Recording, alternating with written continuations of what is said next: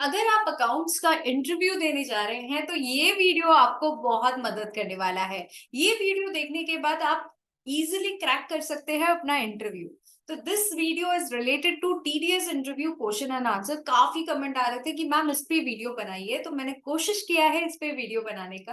Video अच्छा लगता है तो लाइक कीजिए और कमेंट कीजिए आपको नेक्स्ट कौन सा टॉपिक पे वीडियो चाहिए, और अपने दोस्तों के साथ शेयर करना ना भूले। तो हम स्टार्ट करते हैं TDS interview question and answer से। सबसे पहले क्वेश्चन जो आता है कि ये टीडीएस है क्या, इसका फुल फॉर्म क्या है? Tax deducted at source. लेकिन ये क्यों लाया गया? इसलिए लाया गया ताकि गवर्नमेंट जो है ट्रैक कर सके कि कौन कौन बंदे ऐसे हैं जिनका इनकम हो रहा है लेकिन वो इनकम टैक्स रिटर्न फाइल नहीं कर रहे, और वो जो है एडवांस में टैक्स जो है कलेक्ट कर सके। इस कारण टीडीएस लाया गया। तो टीडीएस क्या सबको काटना है? क्या सबको डिडक्ट करना है टीडीएस? नहीं। अगर आप कंपनी और फर्म हो तो आपके लिए कंपल्सरी टीडीएस काटना होगा। लेकिन आप अगर अदर देन कंपनी या फर्म है तो आपका देखा जाएगा प्रीवियस ईयर का ऑडिट हुआ है या नहीं। अगर प्रीवियस ईयर का ऑडिट हुआ है तो आपको कंपल्सरी टीडीएस जो है वो डिडक्ट करना पड़ेगा। अब टीडीएस का जो सबसे ज्यादा फ्रीक्वेंटली आस्क्ड क्वेश्चन है वो आपका सेक्शन 94H IJAC है। अगर ये चार्ट आप पढ़ के जाते हो तो अगर आप जूनियर अकाउंटेंट हो तो आराम से आपका टीडीएस रिलेटेड इंटरव्यू जो है वो क्लियर हो जाता है। सबसे पहले 194H जो है वो क्या है? 194H मतलब कमीशन से रिलेटेड। कमीशन का लिमिट जो है इन अ ईयर 15,000 है। अगर 15,000 से लिमिट एक्सीड करता है तो 5% आपको टीडीएस डिडक्ट करना है। जैसे आपने कोई कमीशन की सर्विस ली जिसका लिमिट जो है 15,000 से ज्यादा है तो आपको 5% टीडीएस जो है वो डिडक्ट करना पड़ेगा टोटल अमाउंट पे, एक्सक्लूडिंग जीएसटी। ठीक है। अब हम लोग बात करते हैं 194I के बारे में, that is rent on land and building या फर्नीचर। उसका लिमिट इन अ ईयर मतलब एक साल में 2,40,000 है। अगर आपको लग रहा है आपका मंथली रेंट इतना है कि पूरे साल में 2,40,000 एक्सीड करेगा तो आपको टीडीएस डिडक्ट करना चाहिए। क्या रेट होगा टीडीएस का? 10% रेट के हिसाब से आपको टीडीएस डिडक्ट करना है। अब rent on plant and machinery की अगर मैं बात करूं तो 2,40,000 इसका भी लिमिट है कि अगर आप रेंट जो है रेंटेड प्लांट एंड मशीनरी जो है वो ले रहे हो, रेंट दे रहे हो, तो आपको टीडीएस डिडक्ट करना पड़ेगा। अगर 2,40,000 से ज्यादा है तो 2% रेट के हिसाब से। अब बात करते हैं हम 194J के बारे में, जो बात करता है प्रोफेशनल टेक्निकल सर्विस या रॉयल्टी के बारे में। अगर मैं प्रोफेशनल की बात करूं तो 30,000 लिमिट है। 30,000 लिमिट इन अ ईयर है।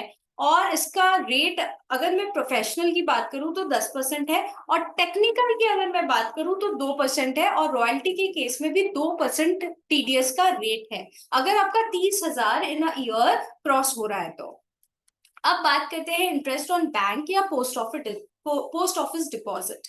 अगर आपके बैंक में अकाउंट है जिसमें आपने कुछ डिपॉजिट कर रखा है तो उसमें अगर इंटरेस्ट आता है, ठीक है, जो इन केस आप सीनियर सिटीजन नहीं हो तो 40,000 से ज्यादा अगर इंटरेस्ट आ रहा है, अगर आप सीनियर सिटीजन हो तो 50,000 से ज्यादा अगर इंटरेस्ट आ रहा है तो बैंक आपका टीडीएस डिडक्ट करेगा 10% के हिसाब से। और interest on unsecured loan, unsecured loan अगर आप किसी से लेते हो जिस कारण आपको इंटरेस्ट देना पड़ता है तो आपको उसका टीडीएस काटना होगा। अगर इंटरेस्ट का अमाउंट 5,000 से ज्यादा है इन अ ईयर तो आपको टीडीएस काटना होगा 10% के हिसाब से। तो अब हम लोग बात करेंगे 194C के बारे में। आखिर ये क्या है 194C? 194C C for contractor. Contractor में लिमिट जो है सिंगल बिल के हिसाब से अगर हम देखें तो 30,000 से ज्यादा अगर बिल बन रहा है तो हमको टीडीएस काटना है। और इन अ ईयर अगर हम देखें, एक साल में हम देखें, अगर 1 लाख से ज्यादा हो रहा है किसी पार्टी से तो हमको टीडीएस डिडक्ट करना है। क्या रेट है? 2% या 1%? 2% अदर देन इंडिविजुअल या एचयूएफ का टीडीएस काटना होगा। 1% जो है आपको काटना होगा इंडिविजुअल और एचयूएफ का, अगर इंडिविजुअल और एचयूएफ कॉन्ट्रैक्टर हो तो। जैसे इस केस में एडवर्टाइजमेंट आ सकता है। एडवर्टाइजमेंट का बिल अगर मेरा 30,000 से ज्यादा है तो उस केस में मेरे को टीडीएस काटना होगा। मेरे को देखना पड़ेगा सामने वाला जो है वो इंडिविजुअल एचयूएफ है या अदर देन इंडिविजुअल एचयूएफ है, तो वो भी मेरे को देखना होगा। और पूरे साल में अगर 1 लाख से ज्यादा हो रहा है तब भी टीडीएस कटेगा। अब बात करते हैं हम लोग due date of payment of TDS का। क्या ड्यू डेट है, कब हमको टीडीएस जो मैंने डिडक्ट किया है वो मेरे को गवर्नमेंट को पे करना है?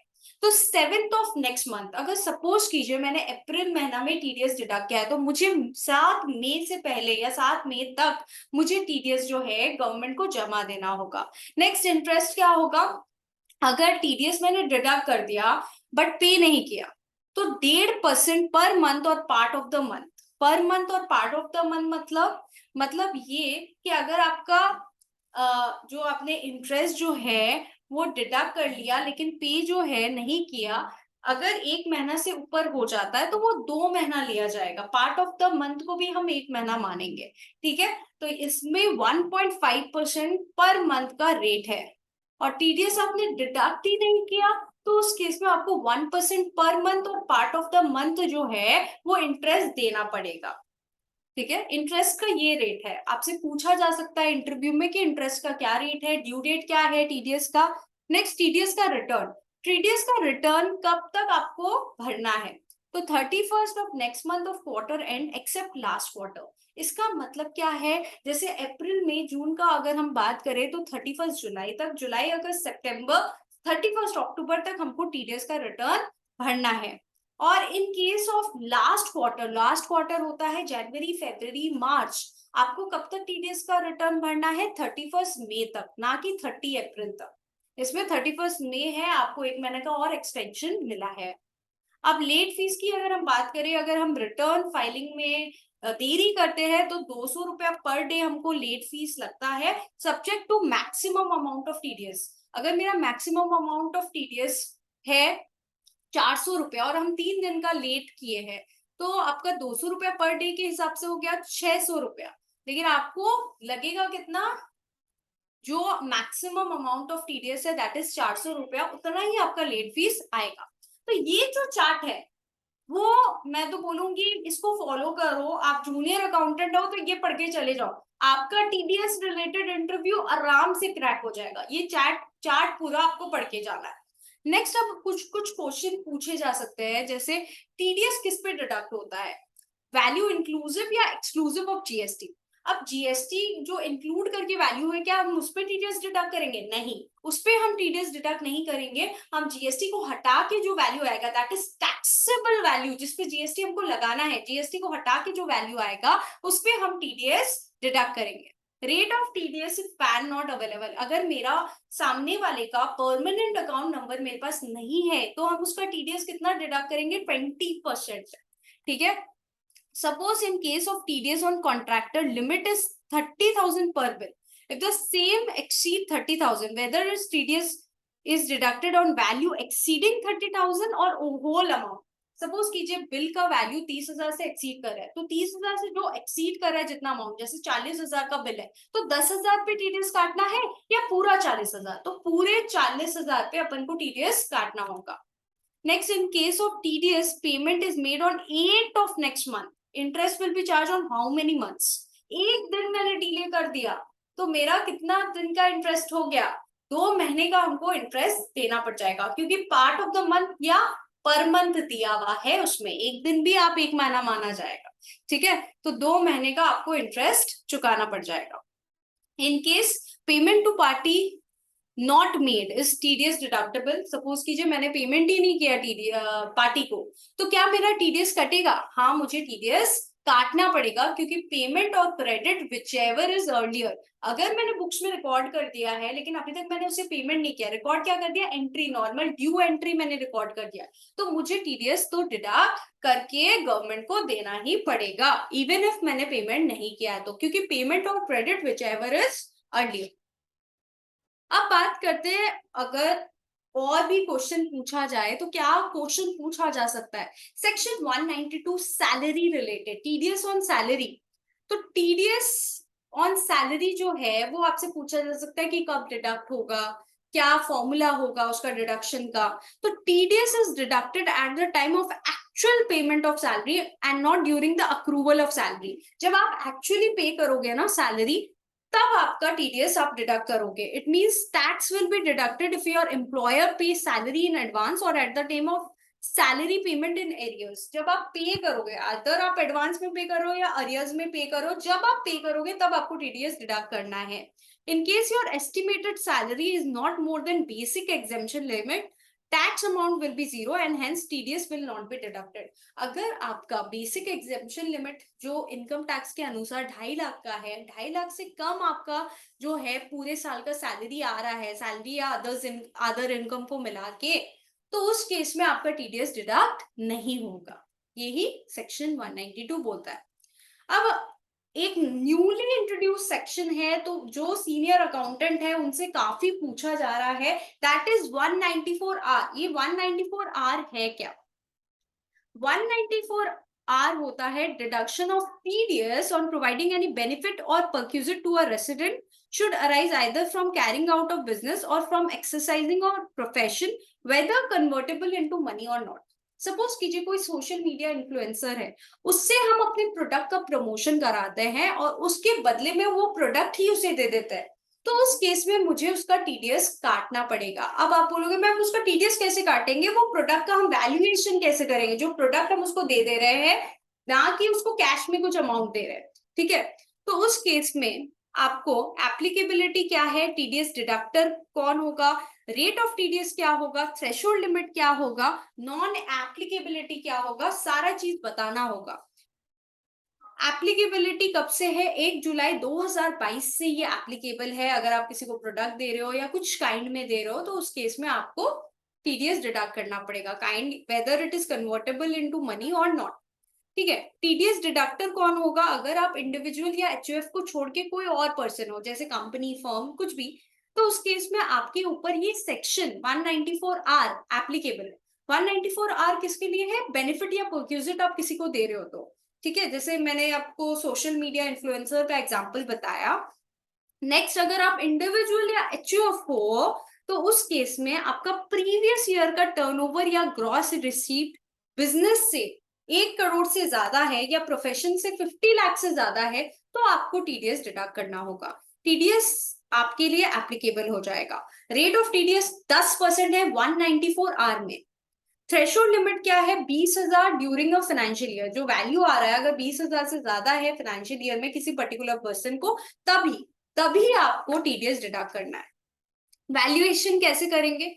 फेयर मार्केट वैल्यू निकालेंगे उस प्रोडक्ट का। जैसे मैंने वो प्रोडक्ट ही दे दिया, तो उसका फेयर मार्केट वैल्यू क्या है?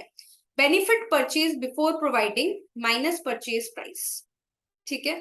नेक्स्ट है benefit provider manufacturers price it charge to customer. अगर मैं मैन्युफैक्चर कर रही हूँ वो प्रोडक्ट और मैं उसको सोशल मीडिया इन्फ्लुएंसर को दे देती हूँ, तो मैं कस्टमर से वो प्रोडक्ट का कितना चार्ज करती हूँ, वो वैल्यू होगा उस प्रोडक्ट का। अगर मैंने परचेज किया है वो प्रोडक्ट को सोशल मीडिया इन्फ्लुएंसर को देने से पहले, तो उस केस में उसका परचेज प्राइस क्या है, ठीक है। जैसे मैं कोई कार गिफ्ट कर रही हूँ या कोई गोल्ड कॉइन यूज गिफ्ट कर रही हूँ, तो वो सारा चीज का आपको वैल्यूएशन निकालना पड़ेगा। नॉन एप्लीकेबिलिटी, सेल्स डिस्काउंट अगर आप दे रहे हो या कोई कैश डिस्काउंट या कोई रिबेट दे रहे हो, तो सेक्शन 194 एप्लीकेबल नहीं होता, 194R, ठीक है, वो एप्लीकेबल नहीं होगा। ये बेसिकली क्या है? बेनिफिट या परक्यूजिट किसी रेसिडेंट को आप दे रहे हो 20,000 से ज्यादा के वैल्यू का, ठीक है। अगर आप अदर देन इंडिविजुअल और एचयूएफ है तो एप्लीकेबल नहीं है, सॉरी एप्लीकेबल है। और अगर आप इंडिविजुअल और एचयूएफ है तो प्रीवियस ईयर का आपको देखना पड़ेगा टर्नओवर आपका, ठीक है। अब बात करते हैं एक और इम्पोर्टेंट सेक्शन के बारे में जो काफी सीनियर अकाउंटेंट से पूछा जाता है, दैट इज सेक्शन 194Q। ये सेक्शन 194Q क्या है देखते हैं और कब आप पे एप्लीकेबल होता है। तो 194Q सेक्शन जो है, अगर आपका सेल्स, ग्रॉस रिसीट या turnover from the business exceed 10 crore during the financial year immediately preceding the financial year in which such goods are purchased। अगर आपका पिछले साल का टर्नओवर 10 करोड़ से ज्यादा है, तो उस केस में 194Q आप पे एप्लीकेबल हो जाएगा। तो एप्लीकेबिलिटी क्या है? आप एक बायर हो और आप परचेज कर रहे हो goods from a resident person and the purchase or payment is of value or aggregate of such value exceeding 50 lakh in any previous year। 50 lakh से ज्यादा जो है आपका परचेज का वैल्यू या पेमेंट का वैल्यू हो रहा है, ठीक है। तो उस केस में आपको टीडीएस 194Q में डिडक्ट करना पड़ेगा। आप किसी से परचेज कर रहे हो, आप बायर हो, आपको सेलर का टीडीएस काटना होगा। सबसे पहले आप पे ये सेक्शन कब अप्लाई करेगा? जब आपका सेल्स या टर्नओवर या ग्रॉस रिसीट 10 करोड़ से ज्यादा है प्रीवियस ईयर में, और आप जो परचेज कर रहे हो 50 लाख से ज्यादा है परचेज या पेमेंट, तो उस केस में आपको टीडीएस डिडक्ट करना पड़ेगा। जब आप एंट्री कर रहे हो बुक्स में या आप पेमेंट कर रहे हो, विच एवर इज अर्लियर, आपको टीडीएस काटना होगा। कितना टीडीएस काटना होगा? 0.1% ऑफ परचेज और payment exceeding 50 lakh rupees. 5% if deductee pan not available. अगर डिडक्टी का पैन अवेलेबल नहीं है आपके पास, जो सेल कर रहा है उसका पैन अवेलेबल नहीं है, तो आपको 5% डिडक्ट करना है।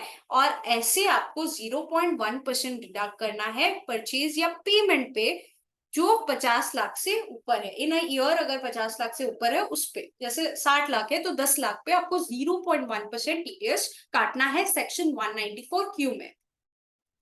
अब 194IA भी कभी कभार सीए फॉर्म्स वगैरह पूछ लेते हैं कि ये 194IA क्या है। तो अभी तक हम लोगों ने क्या क्या देखा कि 194HIJAC तो पूछेगा ही, 192, 194R, फिर 194Q, अब 194IA का जो सेक्शन है वो भी पूछा जाता है। Any person being a transferee responsible for paying to a resident transferor any sum by way of a consideration for the transfer of any immovable property। तो ये किस केस में है कि आप पे कर रहे हो कंसिडरेशन इन केस आप जो है सामने वाला ट्रांसफर कर रहा है इमूवेबल प्रॉपर्टी को, ठीक है, एग्रीकल्चर लैंड को छोड़ के, तो आप लाइबल हो डिडक्ट करने में। जो ट्रांसफर री है वो लाइबल है, जो पैसा दे रहा है वो लाइबल है, ठीक है। तो ये कब लाइबिलिटी आती है, कब डिडक्ट होता है, रेट क्या है? रेट 1% है, थ्रेशोल्ड लिमिट। कंसिडरेशन पेड और payable of immovable is less than 50 lakh, मतलब 50 लाख से एक्सीड करेगा तब आपको क्या करना है, टीडीएस काटना है 1% के हिसाब से।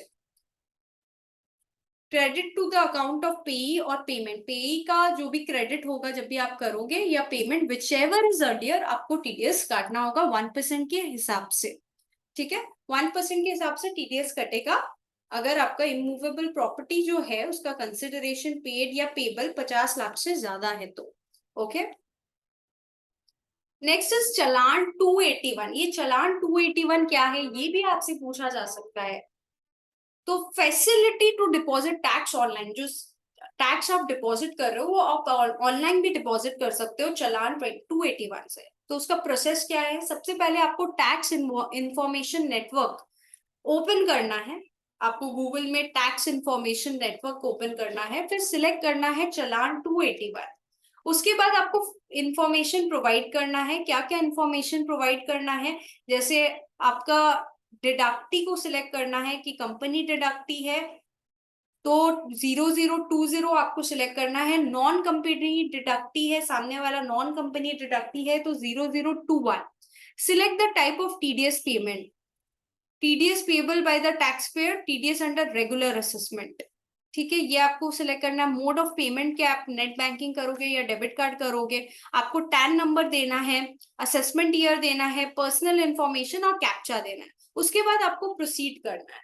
तो ये 281 क्या है, ये पूछा जा सकता है, इसका प्रोसेस क्या है। ये बेसिकली डिपॉजिट करने के लिए टीडीएस काम आता है online. Next form 26AS, very important, बहुत जल्दी बहुत ज्यादा फ्रीक्वेंटली आस्क्ड क्वेश्चन है, दैट इज 26AS। 26AS क्या है? ये एक एनुअल स्टेटमेंट है that include all the details about the tax deducted and information related to tax collected by your collectors. जो जो आपका टीडीएस डिडक्ट कर रहा है उसका इंफॉर्मेशन सारा, कितना अमाउंट डिडक्ट कर रहा है, कौन सा पैन नंबर डिडक्ट कर रहा है आपका टीडीएस, वो सारा डिटेल 26AS में आ जाता है। किस किस इनकम पे टीडीएस कटा है आपके। अब हाउ टू डाउनलोड, ये क्वेश्चन बहुत ज्यादा फ्रिक्वेंटली आस्क है कि 26AS हम कैसे डाउनलोड कर सकते हैं। सबसे पहले हमको तो साइट पे विजिट करना है www.incometax.gov.in। उसके बाद हम लोग को लॉगिन करना है, यूजर आईडी देना है और कंटिन्यू करना है। ई फाइल का ऑप्शन सिलेक्ट करना है। फिर आपको इनकम टैक्स रिटर्न्स में जाना है और व्यू 26AS जो है सिलेक्ट करके कंफर्म करना है। और नेक्स्ट पेज में आपको प्रोसीड करना है। उसके बाद आपको टैक्स क्रेडिट जो है वो व्यू करना होगा 26 ईयर्स का। फिर आपको व्यू टाइप और असेसमेंट ईयर, कौन सा असेसमेंट ईयर है वो सिलेक्ट करना है और फॉर्मेट सिलेक्ट करके व्यू करना है या डाउनलोड करना है। तो आप डाउनलोड कर सकते हैं incometax.gov.in से सिंपली इनकम टैक्स रिटर्न में जाके, और 26 ईयर्स को व्यू भी कर सकते हैं और डाउनलोड भी कर सकते हैं। तो ये सारी क्वेश्चन तो पूछी जाती है कि आप 26 ईयर्स क्या है, फॉर्म 281 क्या है, चालान 281, ये सारे क्वेश्चन पूछे जाते हैं। और सबसे इंपॉर्टेंट क्वेश्चन जो आपसे पूछा जाएगा कि टीडीएस, क्या आपको टीडीएस की एंट्री करनी आती है टैली प्राइम में? तो बहुत इंपॉर्टेंट है, टीडीएस की एंट्री आप सीख लो अच्छे से टैली प्राइम में। हमारा वीडियोस भी है रिलेटेड टू टैली प्राइम, वो आप देख सकते हो और सीख सकते हो टैली प्राइम में कैसे आपको एंट्री करना है। डिडक्टर जो है, अगर सपोज करो रेंट जो है उसका एक्सपेंस है जिसपे वो टीडीएस डिडक्ट कर रहा है, तो रेंट तो डेबिट हो जाएगा, इनपुट सीजीएसटी एसजीएसटी भी डेबिट हो जाएगा और पार्टी जो है क्रेडिट हो जाएगा। फिर उसके बाद पार्टी का टीडीएस उसको डिडक्ट करना है। रेंट का केस में कौन सा सेक्शन एप्लीकेबल है? 194 आई, और उसमें आपका लिमिट है 2,40,000 और 10% टीडीएस। डिडक्टर तो पता चल जाता है, जो डिडक्ट कर रहा है वो कैसे टीडीएस काटे करेगा, एंट्री करेगा, सब पता है। लेकिन डिडक्टी जिसका टीडीएस काट रहे हैं हम, वो कैसे एंट्री करेगा? तो वो तो पार्टी को डेबिट करेगा, रेंट को क्रेडिट करेगा, रेंट या जो भी उसका सेल ऑफ सर्विस है उसको क्रेडिट करेगा, आउटपुट सीजीएसटी और एसजीएसटी को क्रेडिट करेगा। उसके बाद टीडीएस रिसीवेबल को वो डेबिट करेगा, क्योंकि उसका तो टीडीएस काटा गया जो 26 ईयर्स में रिफ्लेक्ट करेगा, फॉर्म है 26 ईयर्स उसमें रिफ्लेक्ट करेगा। तो वो देखेगा टीडीएस रिसीवेबल कितना है मेरा, उसको डेबिट करेगा और पार्टी जो है उसको क्रेडिट कर देगा। पार्टी को इसलिए डेबिट किया क्योंकि इससे पैसा आना है, और क्रेडिट कर दिया क्योंकि उससे उतना पैसा जितना रिलेटेड टू टीडीएस है वो नहीं आएगा। Thank you so much guys, hope ये वीडियो सफिशिएंट था। इसमें मैंने क्वेश्चंस और आंसर आपको बताया है, और इसका आप टीडीएस का वीडियोस भी देख सकते हो रिलेटेड टू 194 आर क्यू, उसको उसमें आपको डिटेल्स में मैंने बताया है और अच्छे से।